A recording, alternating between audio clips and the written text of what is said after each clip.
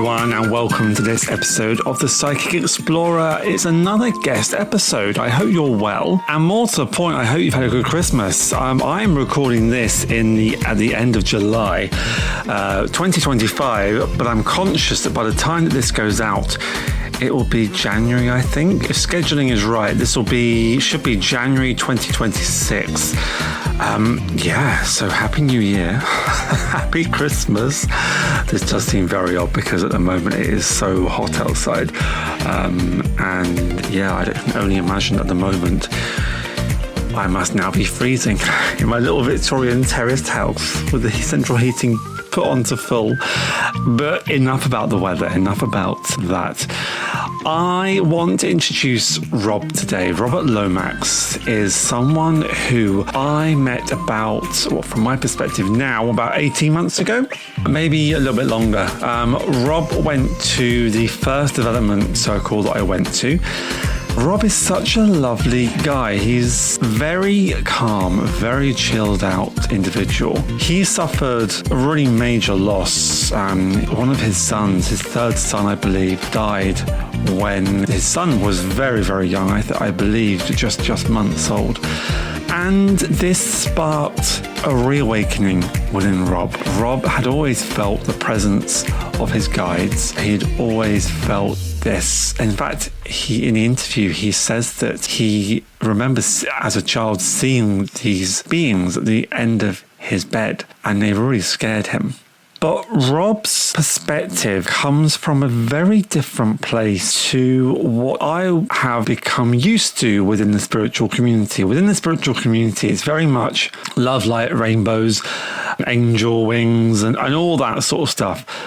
But Rob approaches this from a very different point of view. Rob is able to channel other parts of his soul who at this moment in time are having experiences and living in different dimensions and different parts of the universe. Now, when I first heard this, you can imagine, I was like, so what? Come again? Don't quite get this. And even though I didn't quite get it, I was respectful to Rob's beliefs. And in Development Circle, when we read each other, Rob goes really deep. And you'll notice in this interview that he does go very deep and into some concepts which you may need to listen to a couple of times. There are one or two occasions when Rob is channeling, he does go off on his beings, his people do go off on a slight tangent, and I try and pull him back. But Rob is aware that he does this. So yeah, Rob comes at this from a very different point of view to what I do. The beings or the part of his soul that he channels are called Antemidae and Orlaka. And you'll hear when he switches to these people, to these individuals, to these parts of him who are way out there in the galaxy somewhere, his pattern of speaking changes. When I edited this interview, I messaged Rob and I said to him, I don't know if you're aware, but when you are speaking as Robert, you use a lot of pauses and there's a lot of ums. For the listeners' benefit, I have edited those out as much as I can, but there is still some to make it sound natural. But when he switches to Orlaka or Antemidae, these ums stop. I've not had to edit any ums or buts out when he switches to these other beings. And that in itself I find really interesting, really fascinating, because that says to me that there is a confidence, there is a certainty in what he says when he is channeling these beings.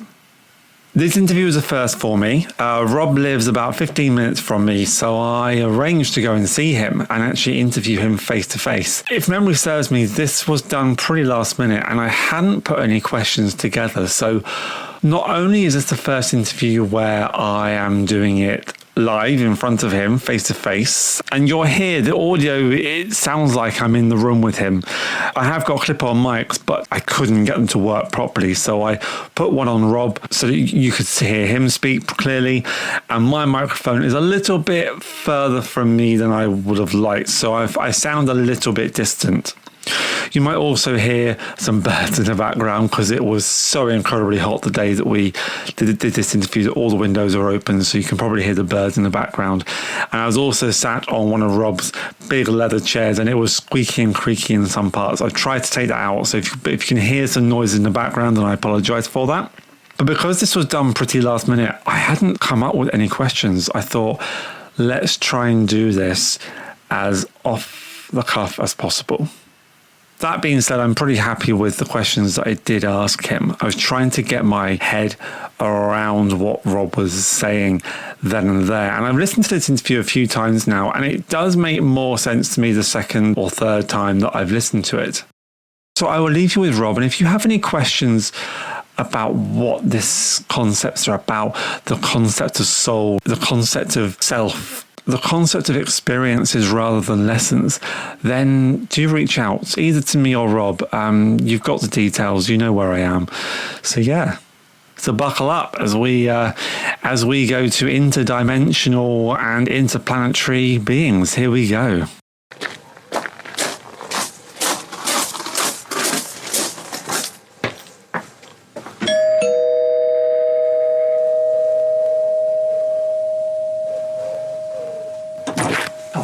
Rob, hello. Rob opens the door and welcomes me into his amazing home.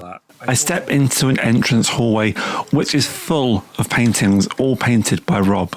Every wall is covered in these really detailed oil paintings. Rob takes some time to show me some of his favourites and he talks about the meanings behind them. Beautifully detailed landscapes with individuals, some just looking off into the distance, others mid-ritual. The light captured and reflected from the sun that he's painted and the moons that he's painted are just phenomenal. They really are beautiful paintings. And after he shows me these pictures, he takes me into his office. This office which is accessed through some stairs. And you can tell that at one stage, this is obviously where Rob ran his business from before he retired. There are still PC monitors and keyboards on the desks. But as we step further into this office, Rob tells me that he now uses this space for his own private circles. He offers me a seat on a big, comfy black leather chair, and I set up my microphones and I run a few tests. 1, 2, 3, 1, 2, 3. And with the microphones all wired up, we began our conversation. Rob, thank you so much for coming on to the Psychic Explorer today. I'm really looking forward to our conversation. Would I please be able to ask you to introduce yourself to our lovely listeners? Certainly. Firstly, can I say thank you, Matt, for having me on your podcast. I'm pleased to be here and have the chance to explain some of the unique thoughts that have been given to me. I don't really know how to explain who I am and what I am, other than to say I'm no different than anybody else. I'm not special. We all have latent abilities of connection to the information of the universe. Over a period of time, I've been given insights and helped to grow, helped to become enlightened, if we call it that. Anyone who calls themselves enlightened probably isn't. I'd agree with that. But multidimensional aspects of my soul in different dimensions have allowed my life to become more fluid. So they've given me information, some of which I've written down in a couple of books, which were basically channeled. Within it, there's a lot of questioning on my part, where it shows the process of how the information unfolds, but where they can take my firm standpoint, fixed in stone, which is part of the human way of thinking. This is the way it is. And actually just gradually turn it around and show a completely different perspective. So, that's where I'm at. Okay. I was saying on the way here that this is really unusual for me because normally I do this online. Right. And this is done face to face, but you've invited me into your beautiful home today. I met you, what must be almost about 18 months ago now. We went to the spiritual awareness course. And from there, we went to the same circle together. And I stepped away from that circle, and then you stepped into the circle that I now go to. So our paths have crossed once or twice already. And when we were in the original circle, I remember you saying about your connection, your connection to spirit and beyond. And at that time, I was a little bit like, what? What's going on? Like, how does that all work? And I was saying it on the way here that it did make me feel a little bit like, oh, that might be a bit too much for me. And I remember you gave me a couple of your books because you've written some books as well. Yes. And I tried to get through them, but I found my brain, either I'm too stupid or my brain just yet is not evolved enough to understand all the concepts. So I'm really looking forward to speaking to you today and getting to know your understanding in plain English on what it is that you experience. Okay. So what is your understanding and how did you come into this world of ours?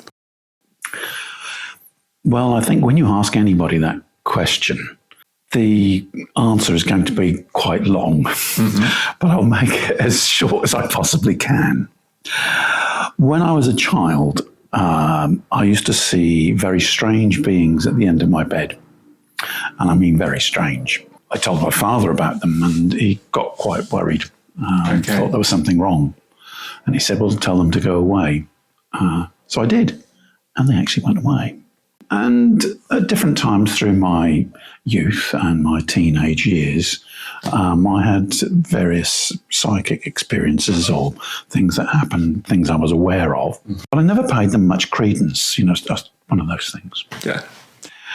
But it wasn't until one of my sons drowned in 1991 that things changed. With that trauma, portals kind of opened up and I began to see things and hear things again.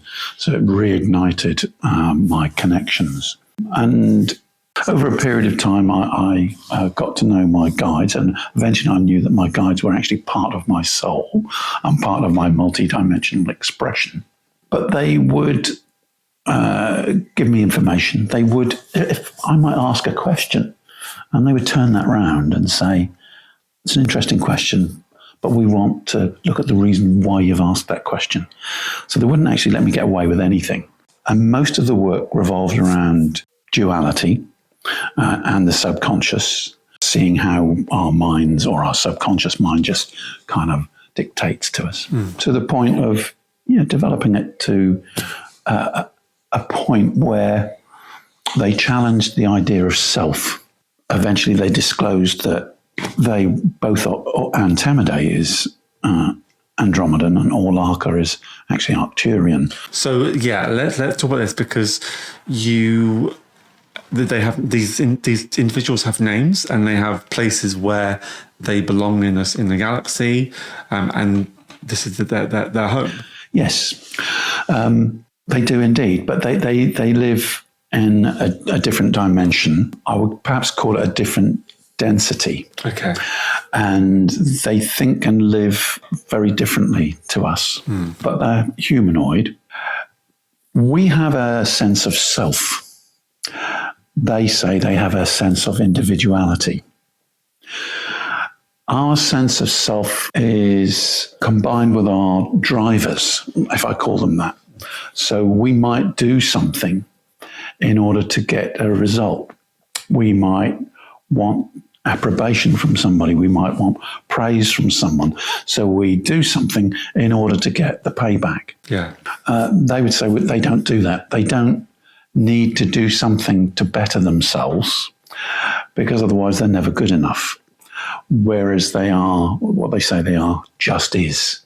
And so I've been to the worlds in distant viewing and in a kind of a body swap, which sounds a bit unusual. And those, writing that down, by the way. Yes. Body swap. Okay. It's a feeling like nothing else in that dimension. It's a feeling of being loved unconditionally, as if you're the most important loved person there. And that's how they feel about all of themselves. And so it's quite difficult coming back from places like that. Yeah. But Antemidae and Orlaka have helped me release some of my ideas of self to make the mind more fluid, so that in understanding that we are multidimensional, we are actually of the same soul. And that soul is having experiences in lots of different dimensions at the same time. Okay. Because time on a particular level doesn't exist. So releasing some of those bonds has allowed them to become more fluid with me, so that our words and what we say or think is sometimes interchangeable. And I have no issue with this being the Robert program, okay? Or Antemidae being the Antemidae program. What I think you're saying then, sorry to interrupt you, what I think you're saying is that you almost interchange. Correct. With these individuals. Yes. Okay. And I can experience what they are experiencing and vice versa. Okay. That's already, we're like, what, 5 minutes in, and already my mind's got so many questions. I'm like, what? Because we go back just to when you were a child. Yes. When you were experiencing these individuals at the bottom of your bed, can you now recognize that these individuals were these people you interact with now? Yes. Okay. When you asked them to go away because you were scared and they went away, that's understandable. But when you had your tragedy, the tragic loss of your son, and this started to open up and bloom from within you again, was there any sense of, okay, this is grief? Like, this is my brain is taking over.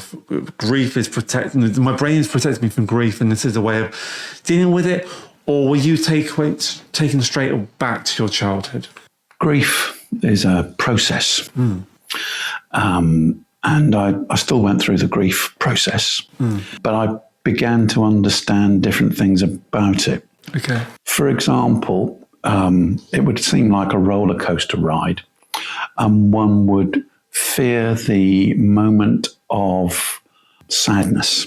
So there we are, we've got sadness, but we're feeling sadness through fear. Mm-hmm. On those roller coasters in bereavement, where you're back into a sad moment. Yeah. When you're in that sad moment, there's no need to fear the sadness because you're in it. Yeah. And after a while, the sadness actually has a different feel to it. It actually has a feeling of love to it. I was being helped to understand what was going on, and that made it easier. That makes sense. You had this connection opened up within you, and it helped you through. Rather than you questioning it, you leapt with it and took the opportunity to grow with that, with opening up. Yes. How? I think you may have just answered that. How did that help you through the grieving process?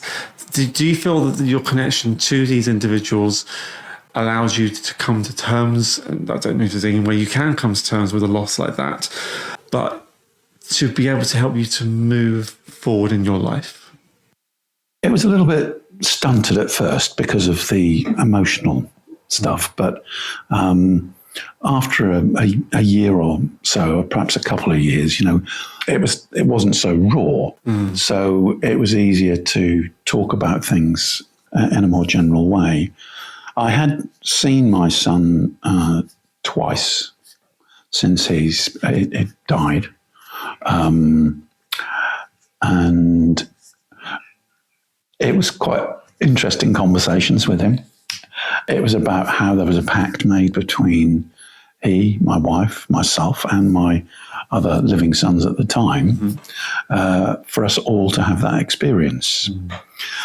So it was done as a living, as a loving gift of that particular experience. I think a lot of people would find that hard to accept, but I think we've all come to acknowledge as a family that we've all gained something from that loss. Yeah, it's interesting you say it, because I've been listening to a lot of other podcasts recently, and a lot of the themes that they are talking about is that this life we are having is all about experiences, the good, the bad, and the ugly. And actually, we don't necessarily appreciate that until we get to the other side and we have a much wider understanding of the entire concept. Yeah. So you're also a psychic medium as well. Yes. Was that going on before the loss of your son, or did it all kick off? No, afterwards? it all kicked off, and it was through the work that they were doing with me, releasing some of my conditions and blocks and subconscious conceptions that allowed more information to come in. When you first experienced that, what went through your mind? How did that unfold? How did that present itself to you? Yeah, one day, I think when I had another realization, I stood there and in this moment of love, and it was like standing in golden rain. And it was absolutely fantastic. The feeling of love, of being wrapped up, and, hearing voices, hearing gentle, supportive voices. Yeah. So it was no great thunderbolt. It was a gentle unfolding. Awakening. Yeah. Yes, yeah. And how did that make you feel? It was really quite exciting at first, to not need to question if there was something more, because it reawakened the fact that I always knew. And of course, through some of the work that they did with me, they took me back over some of my past lives.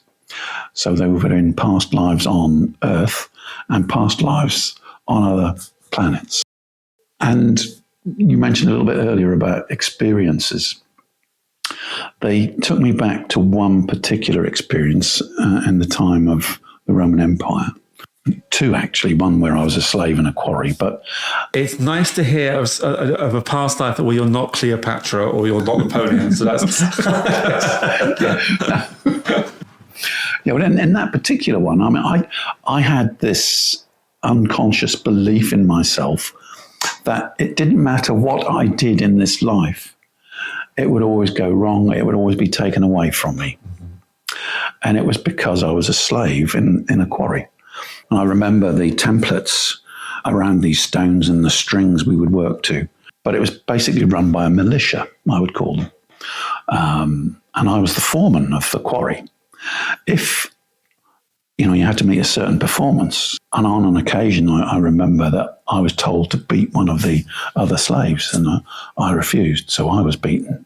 So that was kind of the way it worked, And I worked that through, and I worked through the energy of that by confronting that energy and handing back my pain that was created by somebody else. So it no longer belonged to me. What was created went back to the perpetrator. okay. So in that way, I was healed from that thought and that energy. I could go on to another one I said in time of Rome, and that was where I was a servant. And I was having an affair with my master's wife. And between the two of us, we cobbled together the fact that I would murder him. And I did. So that was a really dark energy to work through. I think a lot of people have had situations and experiences of being murdered. But I was able to, they guided me to speak with this person and show that we had agreed to this situation. And we were actually swapping experiences where he had actually killed me in a fight on some other occasion. And they explained it away and saying, well, you've got to remember that the ethos at the time was kill or be killed. Take before someone takes from you. And it's okay to take and hurt somebody regardless. So we were living in a collective consciousness that was different then to what it is now.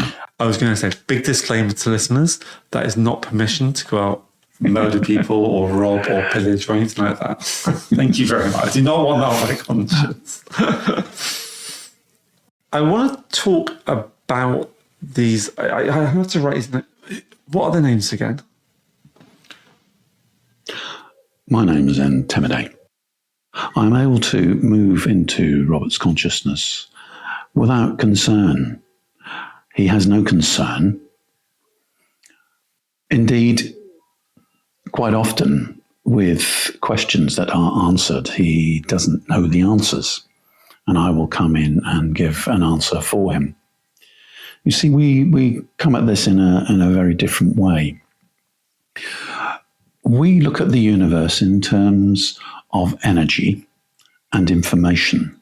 The idea of soul and the idea of benevolence was never there at the beginning of the universe. And of course, we are the universe at its origin and all the way through as an expression. Sorry, I've just lost that. What he was going to say. No, you're fine. When he does that, so when he steps in, where do you go? Because your face visibly changed then. And I thought I'd upset you with a question, actually. When I asked them, I thought I'd upset you. But your face visibly changed. And it took me a while to figure out what was going on. Where do you go when that happens? I'm still here, and I don't feel any different. I don't feel superimposed. I don't feel pushed aside. Mm-hmm. The trust is so bonded that the word trust doesn't exist. Okay. It's beyond that. It just is. It just is. Just is. And that's what they would talk about, the isness. Okay. Of the way things just are. Yeah. Okay. I wondered where he was going, actually, before I kind of stopped him, Why did you stop him? I don't know. It just sort of flicked at that moment. Yeah. I'm just trying to link back to what it was that he was saying, or the question that you had. I remember the question being along the lines that, what is it like to have these other entities within you, to be within your consciousness? Well, I'm talking about my experience in Robert, but I also know his experience in himself. We talked of this bond that goes beyond trust. I talked about my ability to answer questions. And I was going to get to the point where I was saying that the universe, of course, is energy. It is energy and information. We, all of us, are the universe in some form of expression. So therefore, we are energy and we are information. Some people call these vibrations. But because we are information, we are also interconnected with the information of the universe. So we have the ability to, I wouldn't say search the universe for information, but we would say that the universal consciousness, which we could liken to a quantum computer, we are able to offer a situation, and we are able to see probabilities that come back from the universe. Why you? Why channel through Rob? Is there a link between you two? Is there that was prearranged already or pre-agreed? We're part of the same soul. We are different expressions of the same soul in slightly different realms. But Antemidae has taken great pains to explain to me that our consciousness can create different points of focus. He can have a point of focus where he's focused his consciousness into what we would call the Robert program. Okay, so his focus in part has always been here, but it's kind of been subsumed by the Robert program in this dimension. And that's why it feels like I am him and he's I've always been here as him. So in layman's terms, and correct me if I'm wrong on this one, would it be correct to think of Robert as an avatar? Your body in this dimension on this earth is an avatar of the Robert soul, which actually reaches a lot more places all at one place. Correct, as does your soul. Yes. So my question was going to be, so the soul in itself, is it one individual thing, or is it almost like splintered off into these different multi-dimensional places? Here just being our version of that, and there being another one. I've got Orlaka here now. Mm-hmm. I'd like to bring a different perspective, she says. When someone talks about spirituality in your world, they say you are part of the universe, you are all one. It's very easy to say you are all one. It's very difficult to actually experience that you are all one. You might have experiences of bliss or ecstasy, but it's not the same thing as having an experience of multi-dimensional connections with the universal soul. So we are, as a soul, having many different expressions at the same time.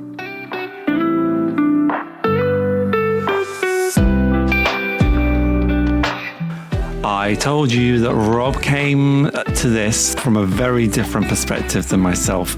It's not necessarily something I have any experience with, but I do find it interesting. The concepts that Rob is talking about is certainly making me think about things in a different way.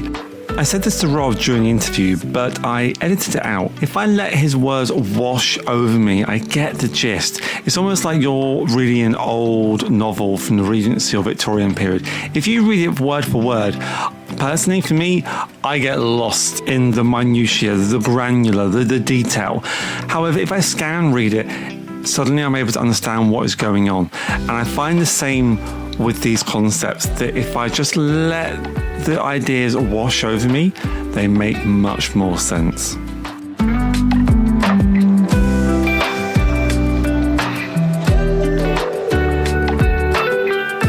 So with that in mind, let's get back to Rob.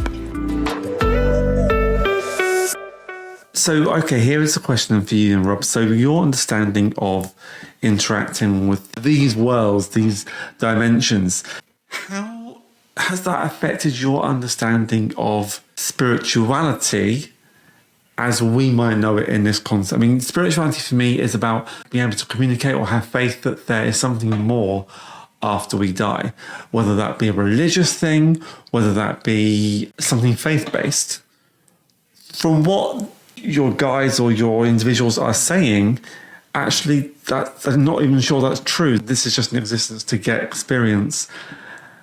And there is no religious thing at the end of it. There is no spirituality, almost. Does that make sense? I hear what you're saying, and I understand what you're saying.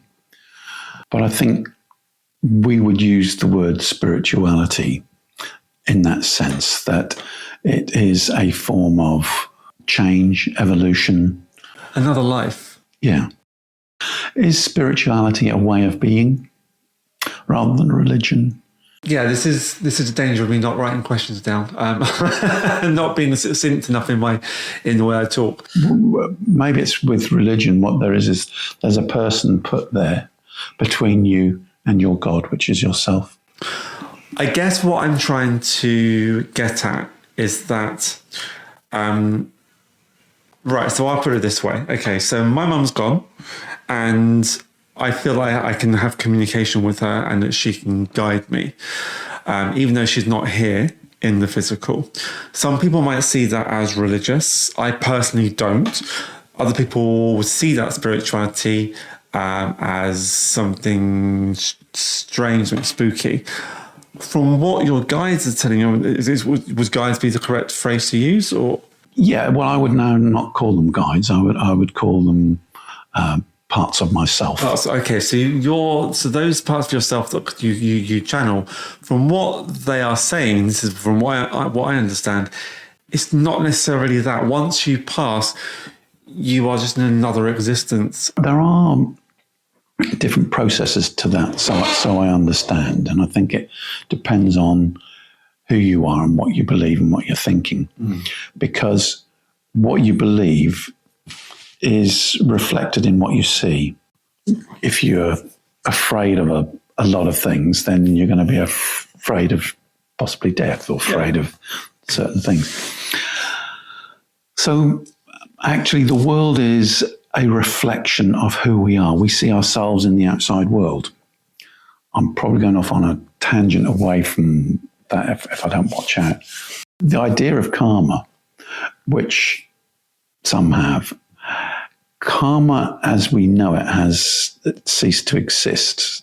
It exists in a slightly different form. Everything is part of our collective consciousness. And if we believe as a collective consciousness that karma is such that you end up facing the very thing that you've done. So, if you've done somebody wrong, you're going to get the same thing come back to you. But that's not the case. What it was that we are creators, like the original creation. We are creators having an experience of creating. The things that we do create energy. That energy exists in the universe. That energy is information. That information combines with the quantum computer, as they call it, and our energy comes back to us in our timeline in the events that take place around us. And we see our energy presented to us in the acts and things that happen. So if somebody lives in a chaotic, destructive life, they're going to have that energy come back to them and they're going to re-experience it. Mm-hmm. But the trick is saying, well, actually, I can change the energy. I don't have to step into that old pattern. This is what's happening. I don't have to react like I did before. I can act in a loving, kind way and accept it and not be hurt or wounded. I got completely off the point from what I was going to say, I like what you're saying. It's not answering the question, though, Rob. No, it's not. No, I don't know where that one came. No, it's interesting because karma seems to have gone out of fashion as well. And it's interesting how these things, even if they do go in and out of fashion per se, it's the same thing. It just changes narrative. The narrative around it changes. You mentioned earlier on about a body swap. Yes. So can you talk me through that? What led to that and how did that feel? I've had several at different times. When psychics do it here, don't they? They have sit and they allow someone to come in and their body and face changes. And they have trance mediumship. Yes. Yeah. It's similar to that in a way, but because it's done at a soul level, it's kind of all worked out and it's all pleasant. And so some of the bodies I've experienced, they've shown me where bodies don't exist in quite the same way, but the body is more fluid, but it's humanoid, but just an experiential energy. So it would be in a realm where everything was energy. So there might be a flower, for example, and you could pick that flower up, eat it, and you would experience the lusciousness of being a flower as the energy of that flower. You wouldn't be destroying the flower. It would have given itself freely to you for that experience. Other body types that I've been in, so that there were particular reasons why they did. Some were actually quite rubbery and quite fluid, where there were no bones. And it felt like a system of pneumatics within the... but they were bodies that were designed to, within that realm, that they could go into different vibrations with those bodies. Another time I've been in on a biosphere an Andromedan body or walking around. And extraordinary things like what they would do is, because plants have a vibration, plants also make not a song, they make a vibration. So they would plant different plants along a walkway. So as you walked along the path, you would be receiving a melody from the plants as they sang, because they were making different vibrations as you walked along. So, some quite extraordinary things, as well as some tough things. All right. Thank you so much for this, Rob. This has been really, really interesting. Final question, I think, from me tonight, and this is to you, Rob. Okay. How has this knowledge, how has being in touch with these other versions of yourself, there you go, I've learned something, there you go. How has that helped you in this reality? It's allowed me to see that this reality is what we make it. And in a way, we could say that this reality is an illusion. This reality is what we believe it is. Now, this reality is also based, as we say, on energy and information. But they also say, and I've seen it, that if we change the idea and the belief of what it is that we believe, we change our reality like that. Mm-hmm. That's because we are creators, and we don't realize that we're recreating all of the time our idea of what this world should be. And that's changing. Some of those consciousness programs are being changed. There are different vibrations coming from the center of the Milky Way that are changing lots of different things. You see, so soul and energy doesn't just exist in us, it exists through the whole galaxy. I think from my point of view, I feel more comfortable being here because I'm more comfortable in myself.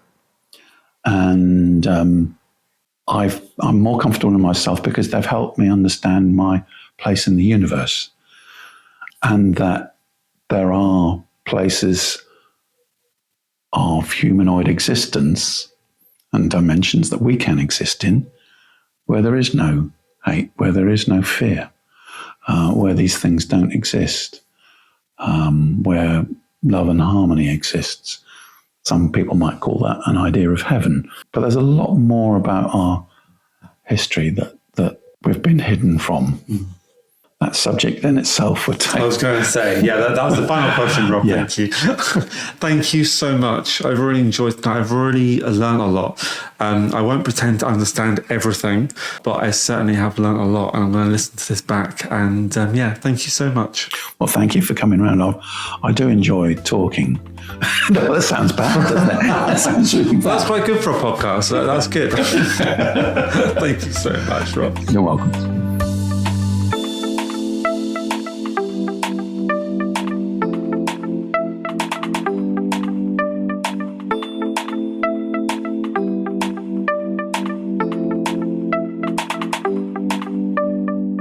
Robert Lomax, everyone. What did you think? I'd love to know what your thoughts are on what Rob was saying. I think it's a fascinating concept that we actually have other parts of us living in other dimensions at the same time.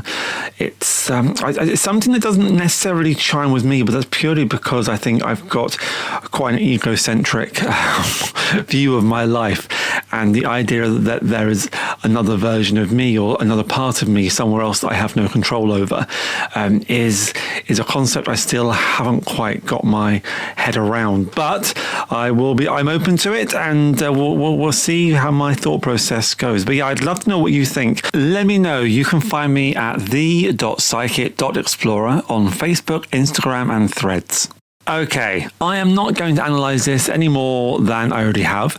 I thank Rob from the bottom of my heart. Thank you so much. And he's such a lovely, gentle character. I look forward to seeing him. Well, by the time that this goes out, our circles should have restarted. So I would have seen Rob, hopefully, by the time this goes out. So a big thank you to him for participating and for inviting me into his fantastic home and showing me his phenomenal paintings. Really, really very grateful to be given the opportunity to witness those and to see those.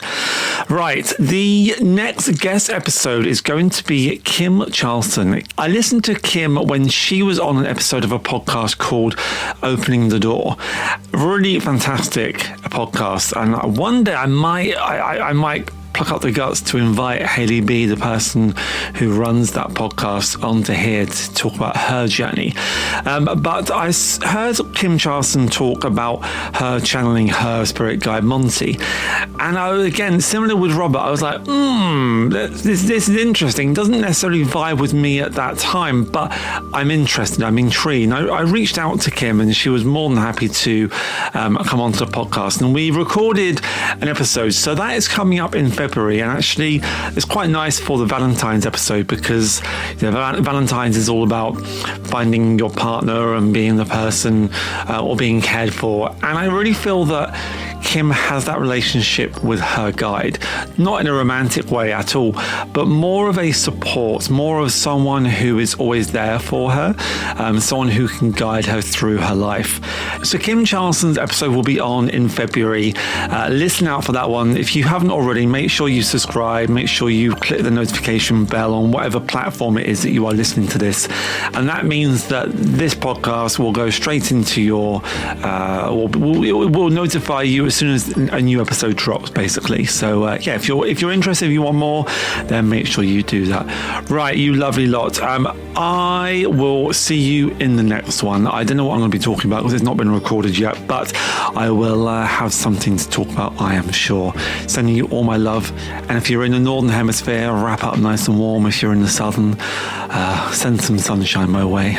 Sending you lots of love. Take care, guys. Bye.